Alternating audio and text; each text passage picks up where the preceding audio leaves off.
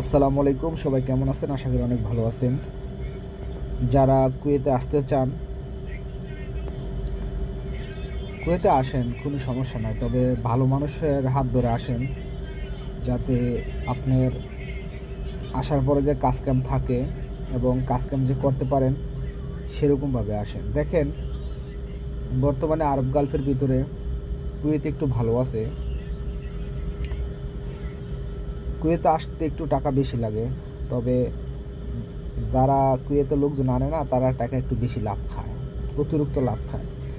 একটা ভিসার দাম যদি 1.5 লাখ টাকা হয়, ওই ভিসাটারে 3 লাখ টাকা নিয়ে লাগায়, মানে অর্ধেক কিনে অর্ধেক লাভ খায়। হইল সমস্যাটা এই কারণে, মনে করেন যে আপনার প্রচুর পরিমাণে টাকা বাইরে যায়, তো একটা সাধারণ মানুষ আইতে গেলে হিমশিম খেয়ালায়। তো ধন্যবাদ। আসেন, যাচাই মাচাই কইরা ভালো মন্দ বুঝা তারপরে আইসেন, পট করে চলে আইসেন না।